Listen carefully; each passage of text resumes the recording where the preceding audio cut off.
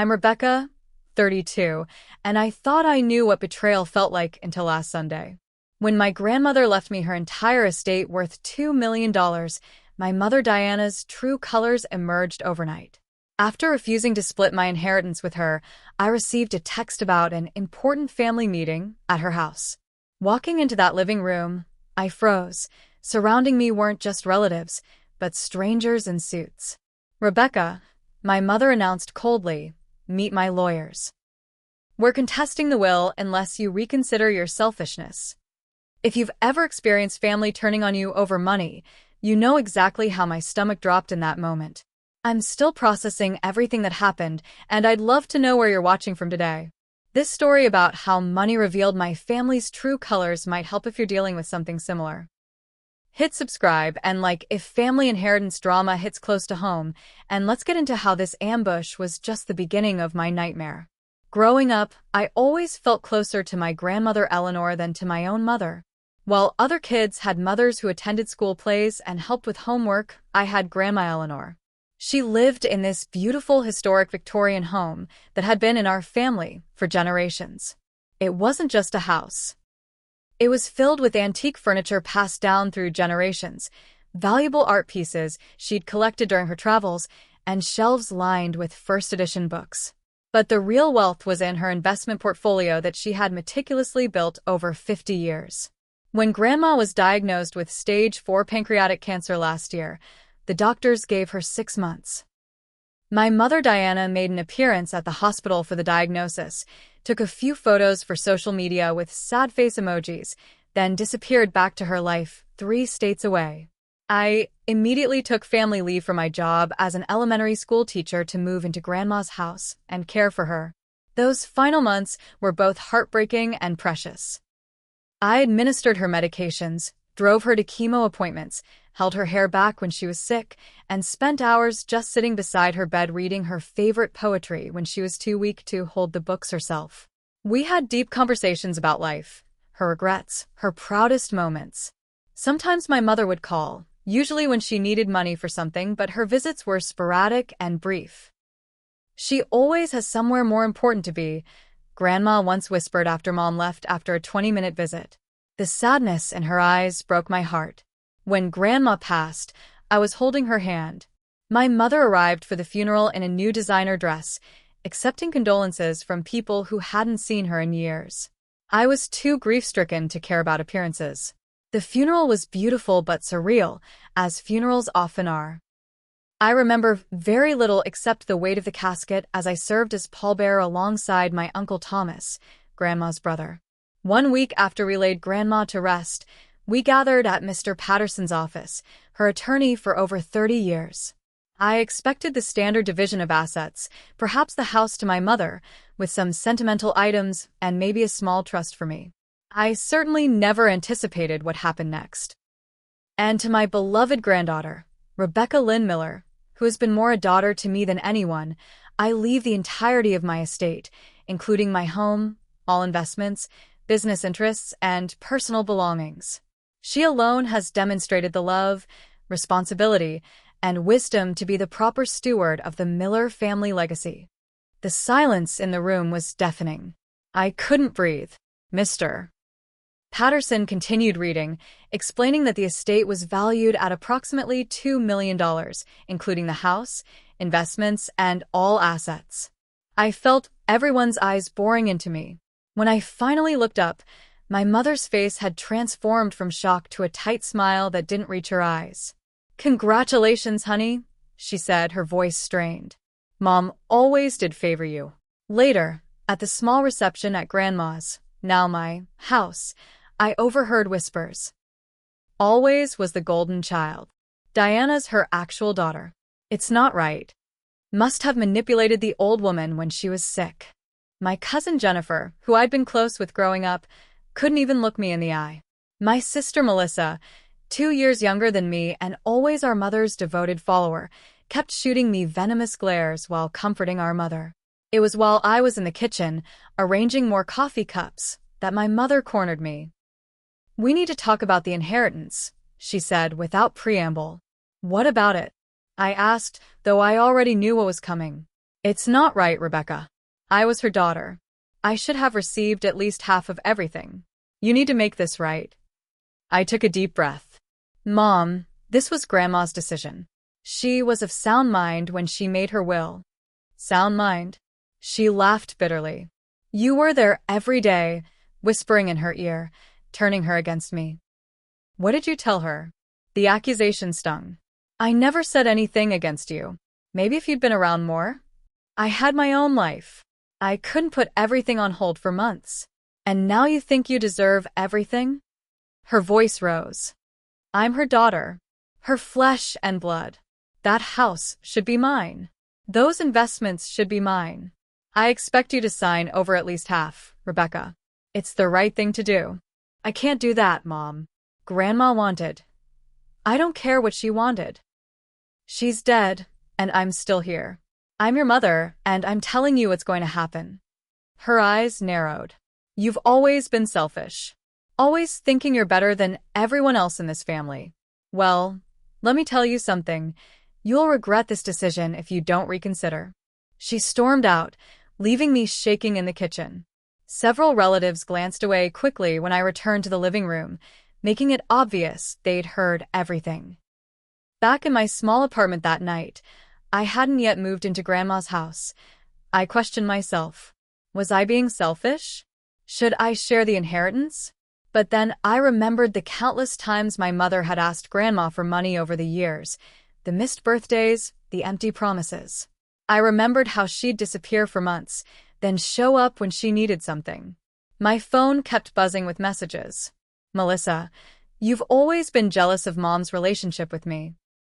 This is your revenge, isn't it? Aunt Patricia, your grandmother would be ashamed of your greed. Uncle Richard, we should discuss the car collection Eleanor promised me. I turned off my phone and cried myself to sleep. The next morning, while going through some of Grandma's personal items I brought home, I found an envelope with my name on it, hidden in her jewelry box. Inside was a letter written in her elegant handwriting.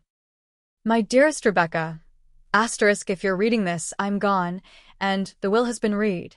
I imagine there's been quite a reaction to my decision, and you may be questioning yourself right now. Don't.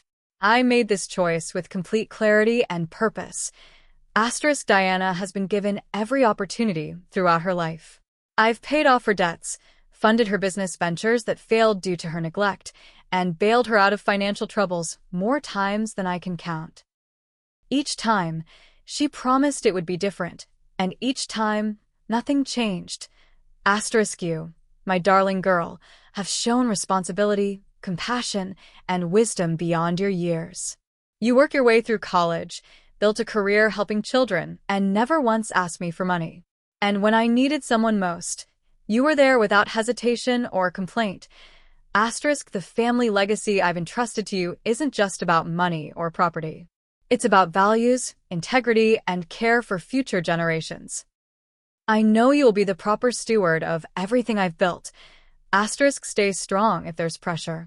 Your mother will likely be angry. Others may be resentful. But remember, giving in to unreasonable demands isn't kindness. It's enabling behavior that's hurt our family for too long. Asterisk I love you, my sweet girl. I'm so proud of the woman you've become. Asterisk all my love. Asterisk Grandma Eleanor. Asterisk I clutched the letter to my chest and sobbed. For Grandma, for the mother I wished I had, and for the difficult road I knew lay ahead. The tension with my mother didn't start with Grandma's will. It was the culmination of a lifetime of complicated dynamics. When I was 7, my father left after catching my mother having an affair with his best friend. Within months, she married that friend, my first stepfather, Robert. By the time I was 15, she divorced Robert and married Charles, who lasted 3 years before their explosive breakup. Husband number 3, Greg, came and went while I was in college. Throughout these turbulent years, Grandma Eleanor was my constant. When Mom forgot to pick me up from school, Grandma was there. When I needed help with science fair projects or someone to attend parent-teacher conferences, Grandma stepped in. She was at every piano recital, every soccer game, and every graduation. She taught me to bake, to manage money, and to value education. The pattern with my mother was always the same. She'd meet a new man, become completely absorbed in the relationship, and we'd barely see her. Then, when the relationship inevitably imploded, she'd return to us needing emotional and financial support. Mom's going through a hard time became Grandma's gentle explanation whenever Diana disappeared then reappeared in our lives. My sister Melissa, however, developed a different coping mechanism. She became whatever our mother wanted, the perfect daughter who never questioned, never challenged, and always took Mom's side. It worked. Diana showered Melissa with the attention and approval I never received. Money was always an issue. Mom would get jobs but rarely keep them. She'd start businesses, a boutique, a catering company, a wedding planning service, but lose interest after the initial excitement faded. Each failure ended with a tearful visit to Grandma, who would write yet another check to cover debts. When I was 17, Grandma helped me set up my first checking account and taught me how to budget. Financial independence is freedom, Rebecca, she told me. Never put yourself in a position where you have to depend on someone else's generosity to survive. I took her advice to heart. I worked part-time throughout high school and full-time during summers. I applied for scholarships and attended state university, working evenings at the campus library to cover expenses. Meanwhile, Melissa followed Mom's example, dropping out of community college when it became too stressful, maxing out credit cards, and expecting bailouts. During my sophomore year of college, Mom called me in tears. She'd been evicted from her apartment and needed $2,000 immediately. "Can you ask Grandma?" I asked, knowing my bank account held barely $800, money I needed for textbooks. "I already did." She said no this time. Mom's voice cracked.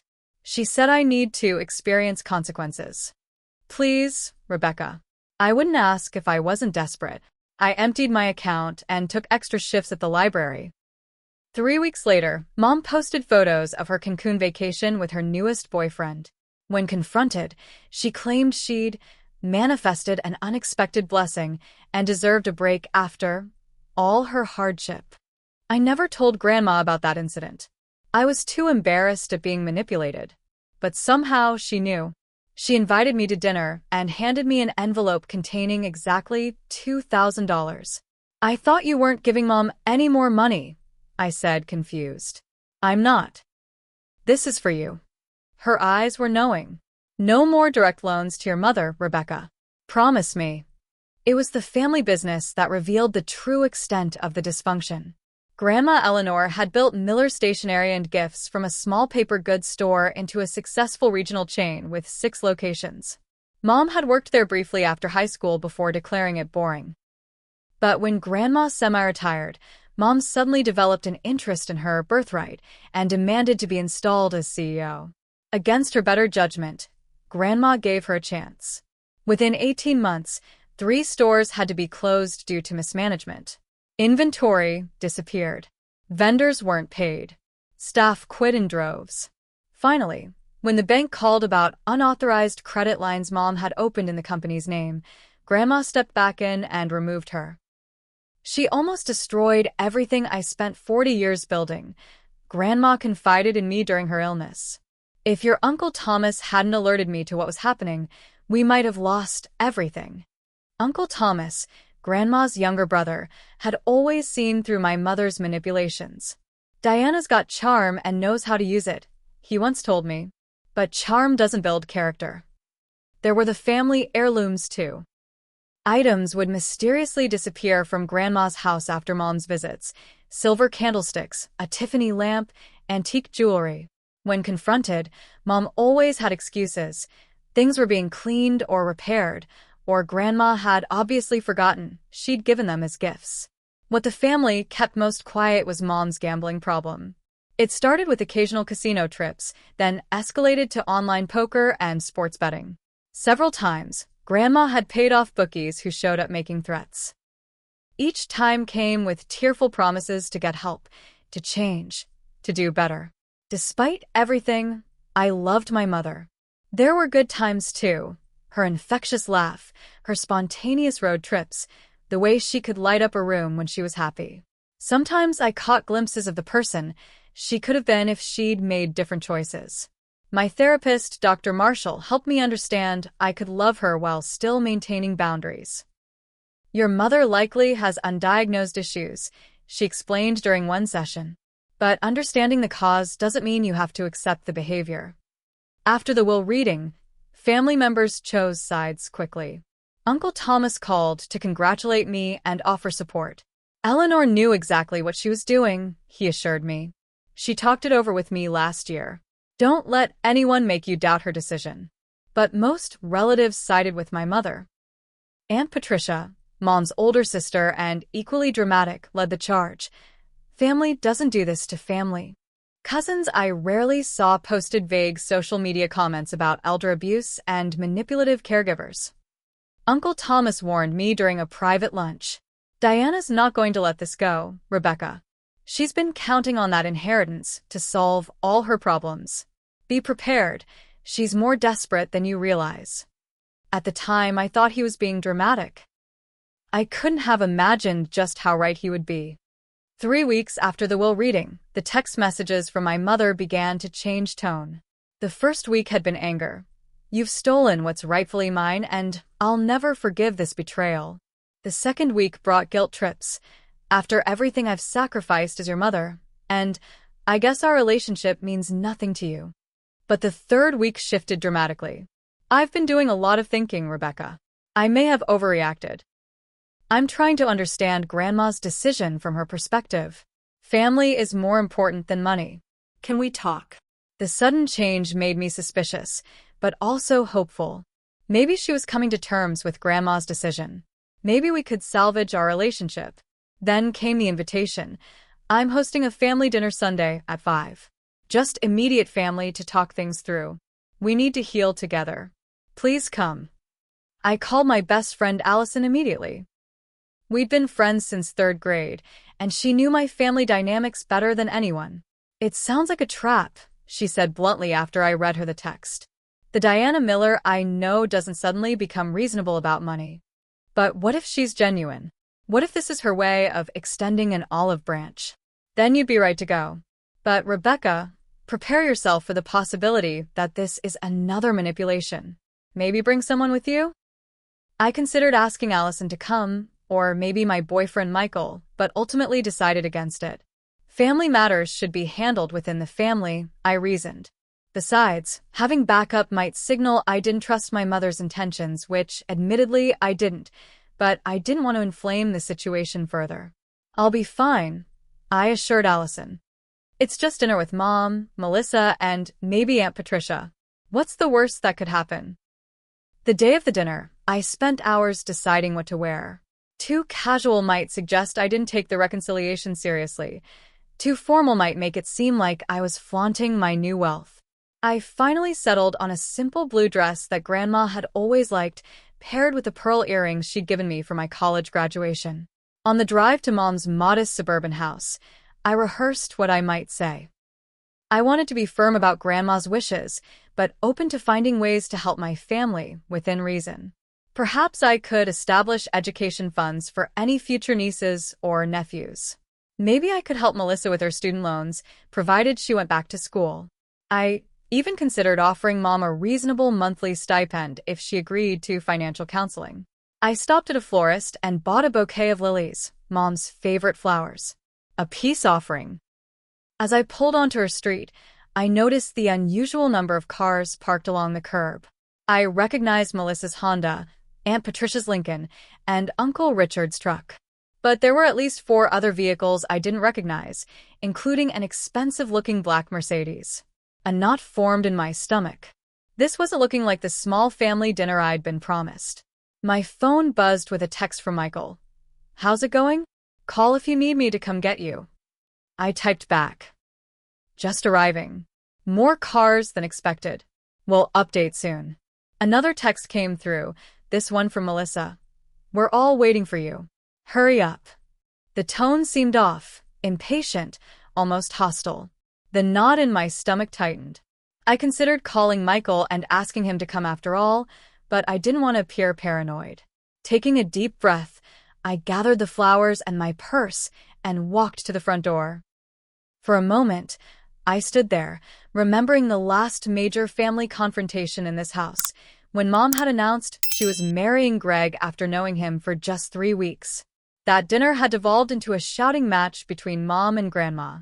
"Eleanor, you never support my happiness," Mom had cried. "Happiness isn't the issue, Diana. Stability is," Grandma had responded calmly. I pushed away the memory and raised my hand to knock. Before my knuckles touched the wood, the door swung open. Melissa stood there, her expression unreadable. "Finally," she said, not moving to let me in. Mom was about to send out a search party. "Sorry, I stopped for flowers." I offered the bouquet, which she took without comment. "Everyone's in the living room." As I stepped past her into the hallway, the murmur of voices went silent. I had the distinct impression that I'd interrupted something important. Taking another steadying breath, I walked toward the living room, completely unprepared for what I was about to face. The scene that greeted me in my mother's living room was nothing like the family dinner I'd been promised.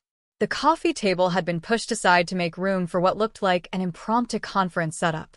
Chairs were arranged in a semicircle, all facing the entryway, where I now stood frozen. My mother sat in the center, wearing a black dress I'd never seen before, her hair perfectly styled, makeup immaculate. To her right was my sister Melissa, eyes downcast, but occasionally darting up to gauge my reaction.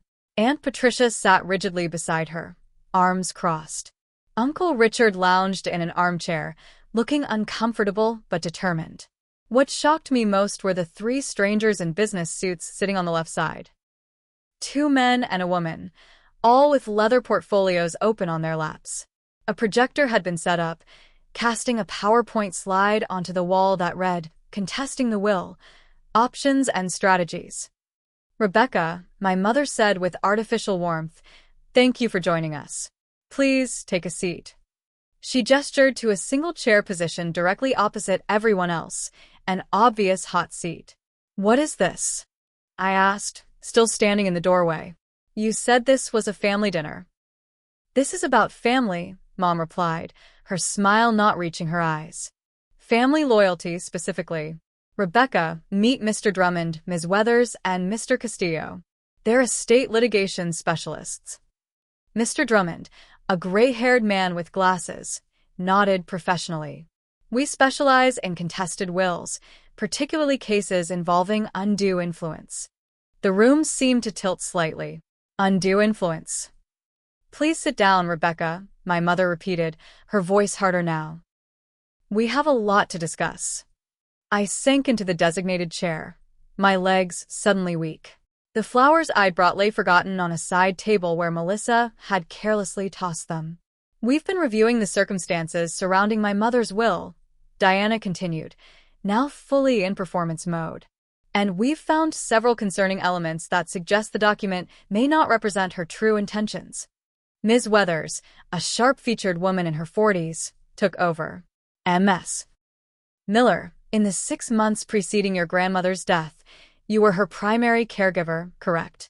"Yes," I answered, my throat dry. "During this time, you had exclusive access to her. You controlled who visited, when they visited, and for how long, isn't that right?" "No, that's not." "We have witness testimony," she continued as if I hadn't spoken, indicating that on several occasions, family members arrived to visit but were turned away because Eleanor was too tired or not receiving visitors. My mother jumped in. My own mother, and I had to make appointments to see her. Appointments that were frequently canceled at the last minute. "That's not true," I protested. "Grandma was going through chemotherapy. There were days she was too sick for visitors. The doctors recommended limiting exposure to." "Convenient," Aunt Patricia muttered. Mr. Castillo, younger than the others, flipped through his papers. "We also have concerns about medication management. Eleanor was on strong painkillers during this period, correct?" The implication was clear, and it made me feel physically ill. "Are you suggesting I drugged my grandmother to manipulate her will?" "That's absurd." Melissa finally spoke, her voice trembling with what I knew was rehearsed emotion. "We're just trying to understand, Rebecca. Grandma always told me I'd get her jewelry collection. She promised me that since I was 16. But suddenly, everything goes to you. Uncle Richard cleared his throat. And Eleanor and I had an understanding about the classic cars. She knew I'd been helping maintain them for years. She specifically told me last Christmas that I should have them. One by one, family members recounted items or assets they claimed had been promised to them. Cousin Jennifer had apparently been assured she would receive a specific painting. Aunt Patricia was certain she'd been promised a significant cash bequest for her loyal sisterhood. Even distant relatives I barely knew had supposed verbal promises of valuable items. The will Eleanor signed just 3 months before her death represents a complete reversal of her previously stated intentions, Mr. Drummond explained, clicking to a new slide showing a timeline. This dramatic change, combined with her isolated state and the medication she was taking, creates a compelling case for contesting the will on grounds of undue influence and diminished capacity. I felt like I was in a nightmare. Grandma was perfectly clear-minded until the very end. Ask her doctors. Ask Mr. Patterson, her attorney who's known her for decades. Patterson, Ms. Weathers said dismissively. A family friend who may well have his own motivations. My mother stood up and approached me, standing over me in what I recognized as an intimidation tactic. Here's what's going to happen, Rebecca. We've prepared a family agreement that redistributes Eleanor's estate in a fair and equitable manner.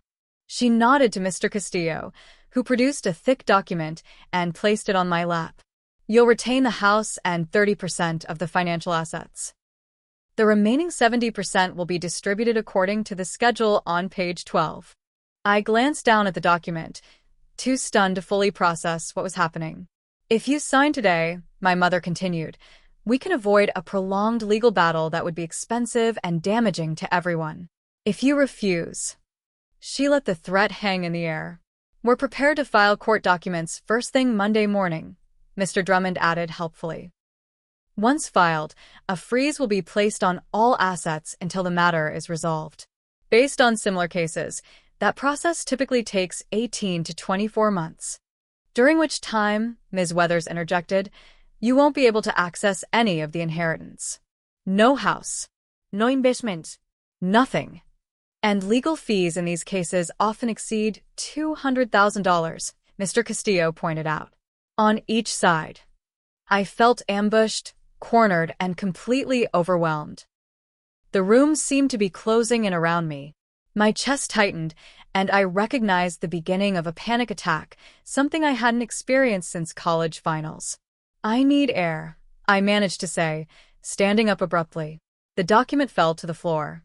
There's no time for dramatics, Rebecca, my mother snapped. We need an answer today. The lawyers have cleared their weekend schedules to finalize this if you cooperate. Looking around the room at the faces of my family members, people who were supposed to love and support me, I realized with crushing clarity that this ambush had been planned for weeks. The strategic change in my mother's tone, the carefully constructed legal team, the coordinated testimonies about promised bequests. While I'd been grieving and trying to honor my grandmother's wishes, they'd been plotting to take what they believed they were entitled to. I'd always known my mother could be manipulative, but this level of calculated deception was beyond anything I'd imagined. And the most painful part was seeing Melissa's active participation. My little sister, who I'd protected and loved through all our mother's chaos, had fully aligned herself against me. Have you ever had that moment when you realize family isn't always who you thought they were? I stood there feeling completely alone, surrounded by relatives who saw me only as an obstacle to money. And I know many of you watching have felt that same gut-wrenching betrayal. As I struggled to breathe in that moment, I had to make a critical decision that would change everything. The question wasn't just about money anymore. It was about standing up for myself and Grandma Eleanor's wishes. If you've ever had to choose between peace and principle, you understand exactly where I was. Let me know in the comments if you faced a similar family betrayal, and stick with me to see what happened next, because what I did next changed everything. For several long moments, I stood there, struggling to catch my breath as the walls seemed to close in. Then something shifted inside me. I thought of Grandma Eleanor, her strength, her dignity, her unwavering principles. What would she do in this situation? I knew the answer immediately. She would stand her ground. "I need water," I said, my voice steadier than I expected. Melissa rolled her eyes, but went to the kitchen. I used those few seconds to compose myself, sliding my hand into my purse where my phone sat. I pressed the record button, hoping it would capture what was happening. It wasn't strictly legal in our state to record without consent, but I needed anything to protect myself. "Before we continue," I said when Melissa returned with a glass of water, "I want to be clear that I'm recording this meeting." It was a bluff. I hadn't actually been recording from the beginning. But the reaction was immediate. Mr. Drummond and Ms. Weathers exchanged alarmed glances. My mother's face flushed with anger. "That's not necessary," she said sharply. "This is a private family discussion." "Is it?"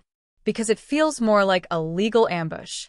And since we're being official with lawyers present, I think it's only fair I protect myself as well." I reached into my tote bag and pulled out a folder I'd brought containing Grandma's letter and some financial documents I'd found while organizing her papers.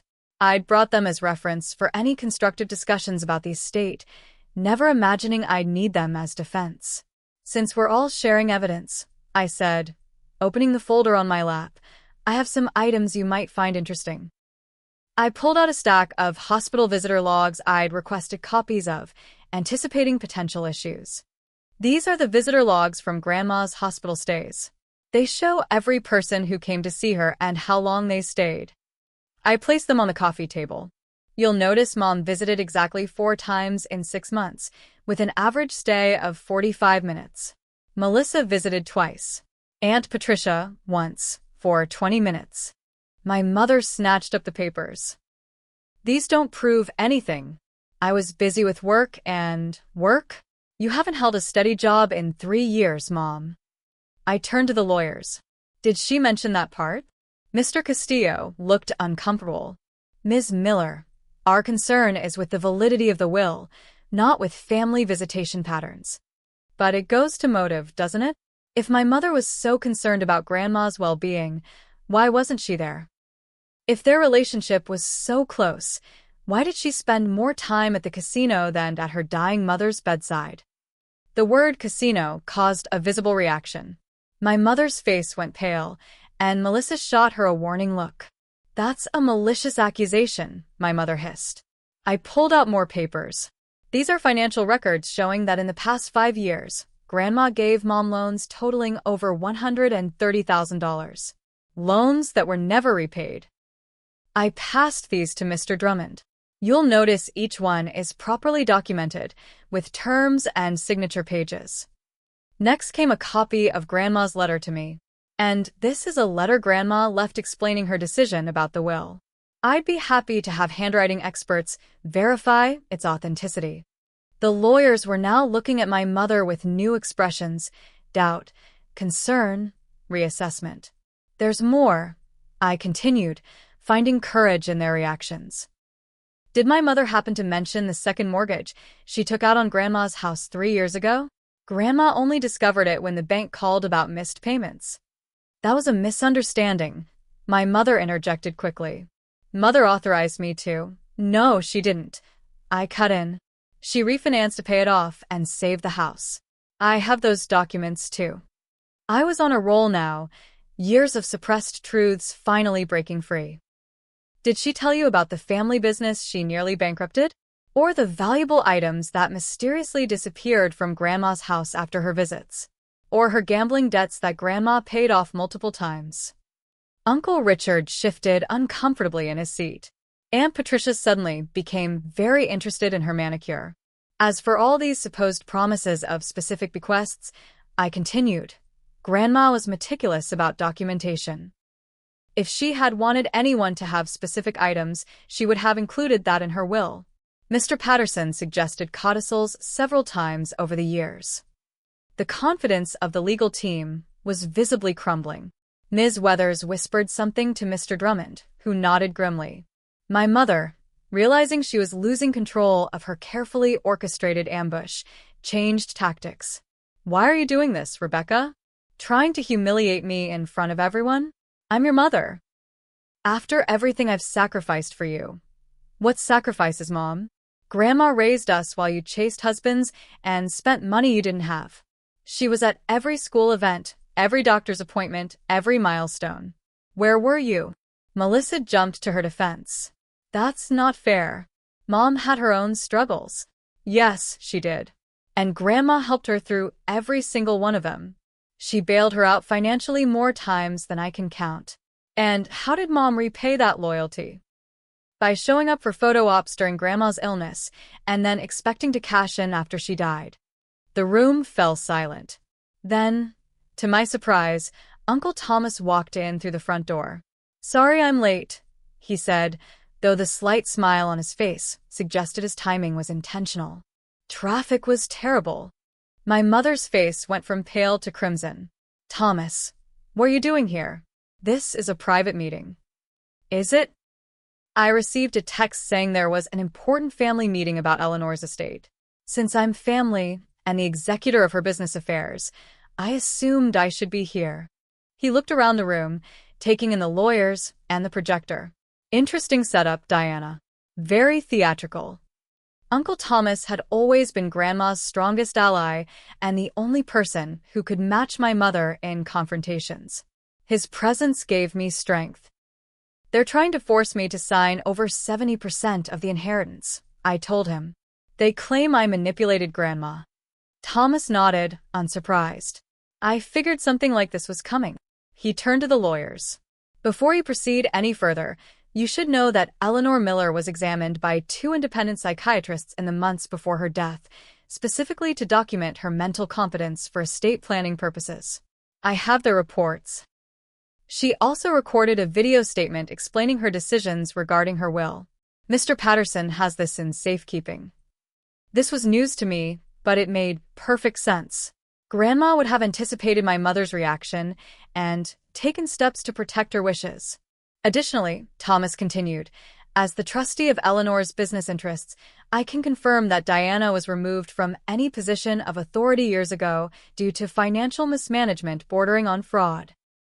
There's substantial documentation should this matter proceed to court. The lawyers exchanged glances again, more urgent this time. Mr. Drummond cleared his throat. Ms. Miller, Diana, I think we should step outside for a brief consultation. As they huddled in the kitchen, the atmosphere in the living room became charged with tension. Melissa stared daggers at me. Aunt Patricia whispered furiously to Uncle Richard. And I sat there, emotionally exhausted but somehow stronger than when I'd arrived. When the lawyers and my mother returned, their unified front had cracked. Mr. Drummond addressed me directly. Ms. Miller, Rebecca, we appreciate the additional context you've provided. In light of this information, we'd like to suggest a brief recess in these discussions to allow all parties to reconsider their positions. In other words, they weren't so confident about challenging the will anymore. My mother wasn't ready to surrender. This doesn't change anything. She still manipulated my mother against me. She still stole what should rightfully be mine. I stood up, gathering my documents. Grandma made her own decisions, Mom. She was the strongest, most independent person I've ever known.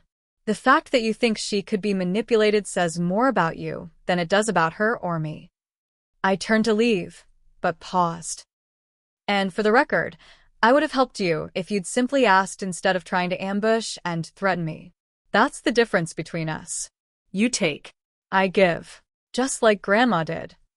As I reached the doorway, my mother's voice, now desperate, called after me. If you walk out that door, you're no daughter of mine. You'll regret this, Rebecca. I promise you will. I turned back one last time. I've been regretting our relationship for years, Mom. The difference is now I'm finally doing something about it. With that, I walked out, Uncle Thomas following close behind. As the door closed behind us, I could hear my mother's shrill voice already turning on the lawyers, blaming them for the failure of her plan. You did good in there, kiddo, Uncle Thomas said as we reached my car. Eleanor would be proud. For the first time since walking into that ambush, I felt tears welling up. I never wanted it to be like this. I know. Neither did Eleanor.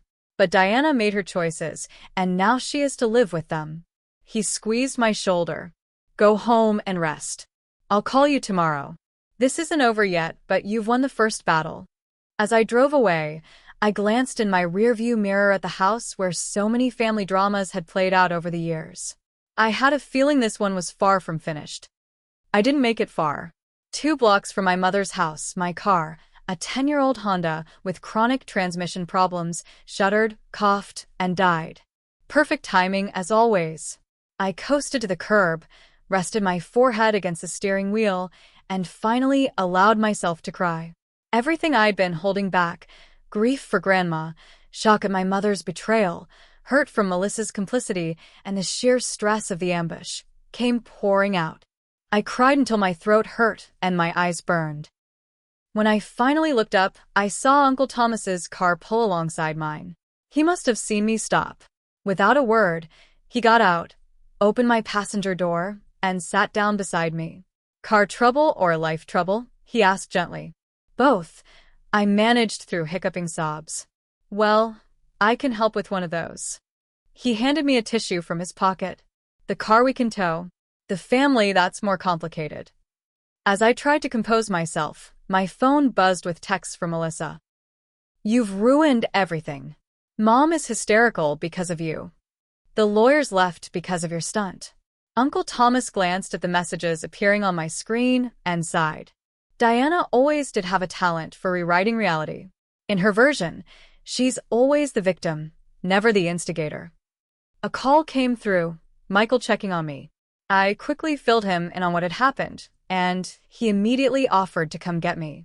My friend is coming, I told Uncle Thomas. You don't have to wait. I'll stay until he arrives, he said firmly. After what just happened, I'm not leaving you alone on the street. While we waited, he filled me in on how he'd known to show up at the meeting. Aunt Patricia called me, believe it or not. She may be your mother's ally, but even she thought this ambush was going too far. She called it an intervention about the inheritance, but I could read between the lines. Michael arrived 20 minutes later, concern written all over his face. He arranged for my car to be towed to his mechanic friend's shop and drove me to his apartment, deeming it safer than mine in case my mother decided to continue the confrontation. You can stay here as long as you need, he assured me. That night, the texts and calls continued. My mother vacillated between rage. You've always been selfish. Manipulation. I'm having chest pains from the stress you've caused. And bargaining. We can work out a different arrangement, just call me back. I finally turned off my phone and tried to sleep, but my mind kept replaying the ambush, thinking of all the things I should have said or done differently. The next morning, I woke to someone pounding on Michael's door. When he opened it, Melissa pushed past him into the apartment. How could you? She demanded, face flushed with anger. Mom's been up all night crying. The lawyers said they won't proceed because of the recording you made and Uncle Thomas's threats. Do you have any idea what you've done to this family? What I've done? I stood my ground. Melissa, you participated in an ambush designed to intimidate and threaten me. You sat there while Mom tried to bully me into giving up what Grandma explicitly wanted me to have. Because it's not fair, she shouted. Why should you get everything? What makes you so special? The question hung in the air between us. It wasn't really about the inheritance anymore. It was about a lifetime of perceived favoritism, of different choices, of different relationships with our grandmother. It's not about being special, I said more gently. It's about Grandma's right to decide what happens to her own property. It's about respecting her wishes. Her wishes? Melissa laughed bitterly. Her wish was for me to be financially secure too. She promised to help with my student loans. She talked about helping me buy a house someday. And I would have helped with those things, Mel. If you'd just asked me instead of joining Mom's scheme. Asked you? For my own grandmother's money? Why should I have to beg my sister for what should have come to me directly? We were talking in circles. The fundamental issue remained. Melissa, like our mother, felt entitled to Grandma's money simply by virtue of being family. Mom's planning to sell the house, Melissa blurted out, changing tactics. What house? Her house. No, Grandma's house. Your house, I guess. Her tone was scathing. Mom says once the will is overturned, she's selling it immediately. The real estate market is hot, and she already has a developer interested in the land. I felt physically ill. The idea of Grandma's beautiful historic home being demolished for condos or whatever a developer had in mind was devastating. That house has been in our family for 4 generations, I said. Grandma would never want it sold, especially not to developers. Well, Mom doesn't care about that. She needs the cash. Melissa's voice had a cruel edge now. You know she promised me 20% of whatever she gets if I helped her with a legal challenge? That's more than you've ever offered me. The revelation stung, but it wasn't surprising. My mother had always used money to buy loyalty. So that's why you're here? Your cut is in jeopardy because the lawyers backed down. Melissa had the grace to look slightly ashamed, but she recovered quickly. I'm here because you're tearing the family apart with your greed. My greed? Melissa, I've never once asked Grandma or Mom for money. I worked my way through college while you dropped out because it was too hard. I lived within my means while you maxed out credit cards. I built a career while you bounced between part-time jobs. The difference between us isn't that Grandma loved me more, it's that I made choices she respected. Choices. Melissa spat the word. Must be nice to be so perfect. Some of us had different struggles. Some of us didn't have the same advantages. What advantages, Mel? We grew up in the same house. We had the same opportunities. We did not. Mom always said you were the smart one, the responsible one. What was I supposed to be? The pain in her voice caught me off guard. For the first time, I glimpsed how our mother's comparisons had shaped Melissa's self-image. You could have been anything you wanted, I said softly. You still can be. She shook her head. Save your inspirational speeches. I didn't come for therapy. I came to tell you Mom's not backing down. If the lawyers won't help, she'll find ones who will. She's already been selling Grandma's things, you know. What? What things? The silver tea set is gone. So, is that ugly painting from the dining room and most of the jewelry from her vanity. Mom's had a key to the house for years. Did you think she'd wait for legal permission? I grabbed my coat. I need to go check on the house. Now. Michael, who had been silently witnessing our exchange, grabbed his keys. I'll drive you. Melissa stood blocking the door. Mom said you'd react this way. She said to tell you she'll stop if you agree to negotiate. This isn't negotiation, Melissa. It's extortion. I tried to move past her. She grabbed my arm. Don't you dare call the police on her, Rebecca. She's still our mother. A mother who's currently burglarizing my house. I pulled free of her grip. Move, Melissa. If you do this, if you make this legal, you'll destroy any chance of us ever being a family again. I paused, the weight of her words hitting me. Melissa, I think that ship has already sailed. Mom made sure of that yesterday. As Michael and I drove to Grandma's house, I called Uncle Thomas and Mr. Patterson, Grandma's attorney. Both were alarmed by the news that my mother might be removing items from the house and promised to meet us there. When we arrived, my mother's car was indeed in the driveway. The front door was unlocked.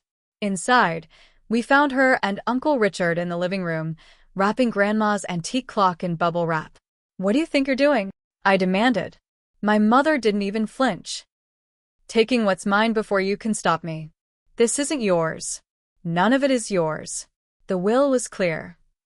A will that was signed under duress, and that we're contesting. She continued rapping. Until a court decides, I'm taking precautions to secure family heirlooms. By stealing them? It's not stealing when they rightfully belong to me. She nodded to Uncle Richard, who picked up the wrapped clock. Richard, put that in the car and come back for the silver cabinet. I stepped in front of him. Put it down. Now. Uncle Richard looked uncomfortable. Diana, maybe we should wait until... Put it in the car, Richard, my mother ordered. Don't let her intimidate you. I pulled out my phone. I'm calling the police. My mother laughed. Go ahead. I'll tell them I'm retrieving my dead mother's belongings. It'll be your word against mine. And mine, came Uncle Thomas's voice from the doorway. And I have video of you removing items from the house last week too, Diana. Security cameras. Eleanor had them installed after jewelry kept disappearing during your visits. My mother's face contorted with rage. You always were a sneaky little spy, Thomas. Always running to Mother with tales about me. I never had to tell her anything, Diana. She had your number from the beginning. He turned to Uncle Richard. Put the clock down, Rich. You don't want to be charged as an accessory to burglary. Uncle Richard carefully set the clock on the sofa and backed away. I'm out of this, Diana. You said you had permission. I don't need permission to take what's mine. My mother was shouting now, her composed facade completely shattered. This house should be mine. Everything in it should be mine. I am her daughter. And I was her granddaughter, I said quietly. But more importantly, I was there for her when she needed someone. Where were you, Mom? Where were you when she was throwing up from chemo? When she needed help bathing? When she was terrified about her prognosis? I had my own life. My own problems. She grabbed a crystal vase from a side table. She never understood that. Never supported me when I needed it. Grandma supported you your entire life. She paid your bills, bailed you out of trouble, forgave loan after loan. But it was never enough, was it? You always wanted more. Because it was mine to begin with. Everything she had should have come to me. Her only child. In her rage, she hurled the vase against the wall, where it shattered into 1,000 glittering pieces. The sound seemed to break something in her as well. She sank onto the sofa, suddenly looking older and defeated. Get out, I said, my voice shaking with emotion. Get out of this house now. Or what? She challenged, but the fight had gone out of her. Or I press charges for breaking and entering, theft, and destruction of property. I was surprised by my own resolve. I'm done, Mom. I'm done with the manipulation, the guilt trips, the entitlement. Grandma left me this house and her estate because she trusted me to preserve her legacy, not liquidate it for quick cash. And what about my legacy? She asked, suddenly quieter. What about what I need? You had every opportunity to build your own legacy. You chose not to. That's not my responsibility to fix. Mr. Patterson arrived then, bringing with him documents to legally bar my mother from the property. As he explained the restraining order he'd prepared, my mother's expression shifted from defeat back to simmering anger. This isn't over, Rebecca, she said as she gathered her purse. Family doesn't treat family this way. That's exactly what I've been trying to tell you. As she reached the door, she turned back one last time.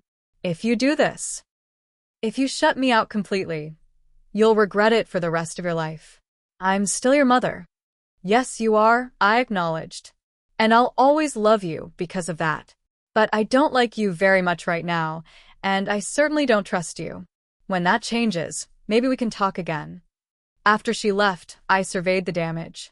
Beyond the broken vase, initial inspection suggested several items were already missing, small but valuable pieces that could be easily transported and sold. We'll need to change the locks immediately, Uncle Thomas advised. And do a full inventory. As Michael helped me clean up the shattered crystal, my phone buzzed with a text from Melissa.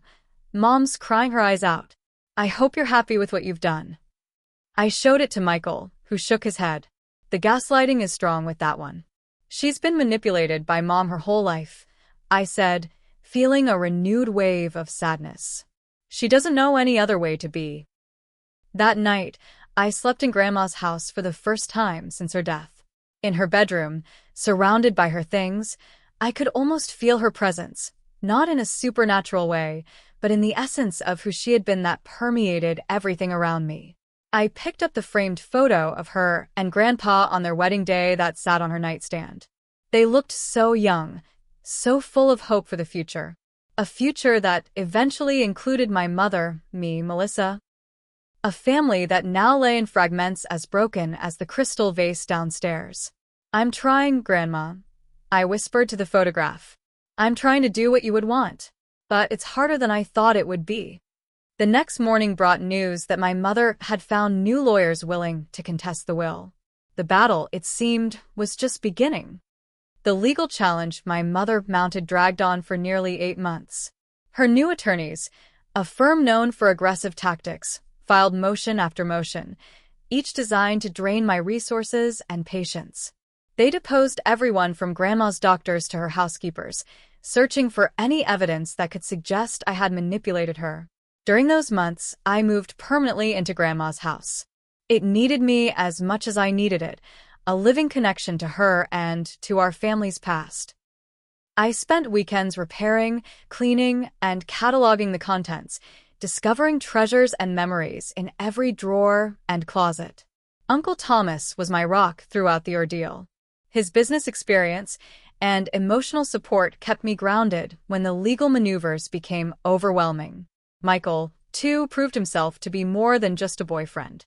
He spent countless hours helping me organize financial records, repair things around the house, and simply listening when I needed to vent. I didn't hear directly from my mother or Melissa during this time. All communication came through lawyers, but I heard about them from others. My mother had apparently told anyone who would listen that I had stolen her inheritance and turned Eleanor against her own daughter. Melissa, still firmly in Mom's camp, had cut off friends who remained in contact with me. For months into the legal battle, I found Grandma's journals. They were in a locked drawer of her writing desk, 7 volumes spanning the last 20 years of her life. I hesitated to read them, feeling it might be an invasion of her privacy, but Uncle Thomas encouraged me. Eleanor kept those journals for a reason, he said. She was the most private person I knew, but she left them for you to find. I think she'd want you to read them. The journals revealed a side of my grandmother I hadn't fully appreciated. Behind her strong, capable exterior had been a woman wrestling with difficult decisions, particularly regarding my mother. Entry after entry documented loans given, broken promises, dramatic confrontations, and Grandma's increasing worry about Diana's financial irresponsibility and its potential impact on the family legacy. An entry from 5 years ago stood out. Diana came today demanding I co-sign for yet another business loan. When I refused, she accused me of never supporting her dreams. How can she not see that I've supported every dream, paid for every failure, and still she learns nothing? I love my daughter, but I cannot continue enabling behavior that ultimately hurts her. The hardest part of loving someone is sometimes saying no when every instinct cries to say yes. Asterisk later entries showed her growing confidence in me. Rebecca reminds me so much of my own mother, practical, hardworking, loyal to her core. She's building her life brick by brick, asking for nothing. I see how she stretches her teacher's salary, how she volunteers at the library, how she's always the first to help a friend in need. Diana calls her boring and too cautious, but Diana has never understood that a life well lived isn't about grand gestures. It's about consistent choices made with integrity. Asterisk the most painful entries concern Melissa. I worry for Melissa. Diana has pulled her in like a satellite, rewarding her only when she orbits exactly as directed. The girl has such potential, but she's learning all the wrong lessons, that loyalty means never questioning, that love is conditional on agreement, that money solved all problems. I've tried to reach her, but Diana's influence is too strong. Perhaps someday she'll see beyond it. Asterisk 6 months into the legal proceedings, we had our day in court. My mother's attorneys presented their case, alleging undue influence and diminished capacity. They brought forward distant relatives who claimed I had prevented them from visiting Grandma. They questioned the timing of the will revision. They even suggested, without evidence, that I had intercepted mail and phone calls to isolate Grandma from family. When it was our turn, Mr. Patterson presented the medical evaluations confirming Grandma's mental competence. Grandma's doctors testified about her clear-minded decision-making throughout her illness.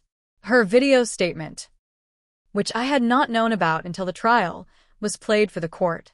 In it, Grandma clearly and articulately explained her decisions regarding her will, specifically addressing her choice to leave everything to me. My daughter Diana has received significant financial support throughout her life, she stated firmly in the video. Rebecca has demonstrated the responsibility and values needed to preserve what I've built. This decision is made with full understanding of its implications and with complete clarity of mind. The most damning evidence came from my mother's own financial history. Mr. Patterson presented documentation of loans never repaid, failed businesses funded by Grandma, and the second mortgage incident. The contrast between my mother's financial behavior and my own was stark and undeniable. After 2 days of testimony, the judge ruled decisively in my favor, upholding the will in its entirety.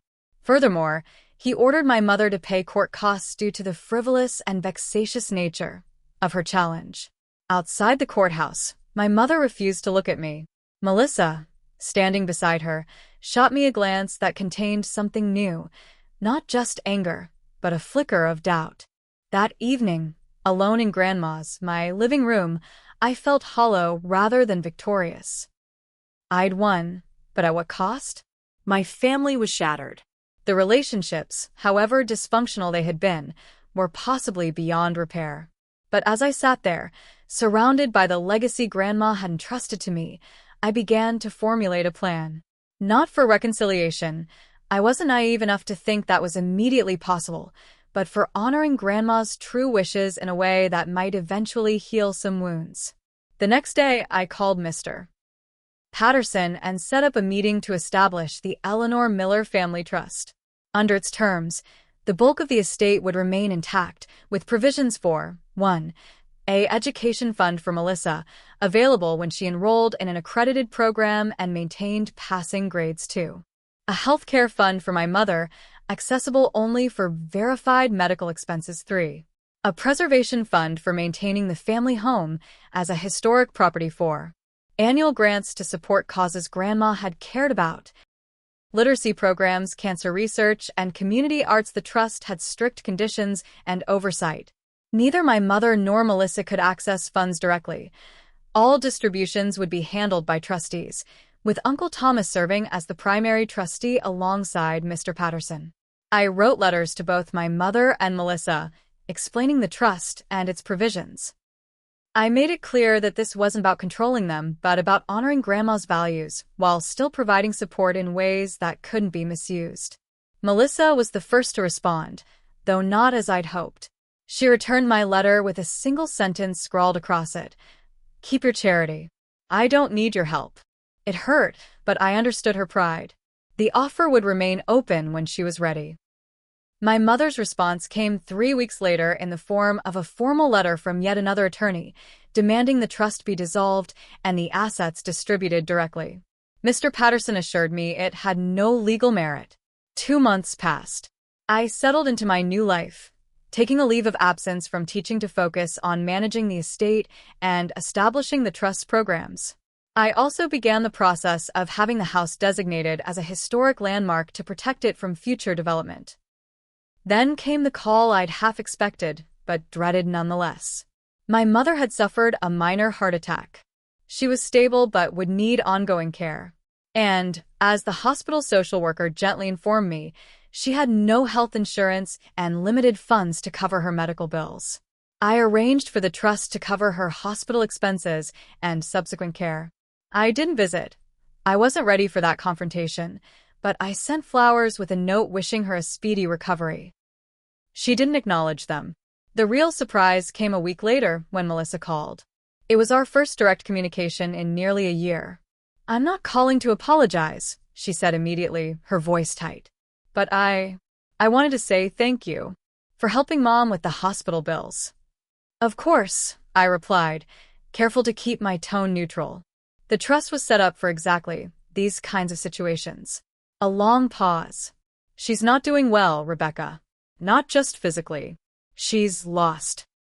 Everything she counted on fell apart." "I'm sorry to hear that." And I was genuinely. Despite everything, she was still my mother.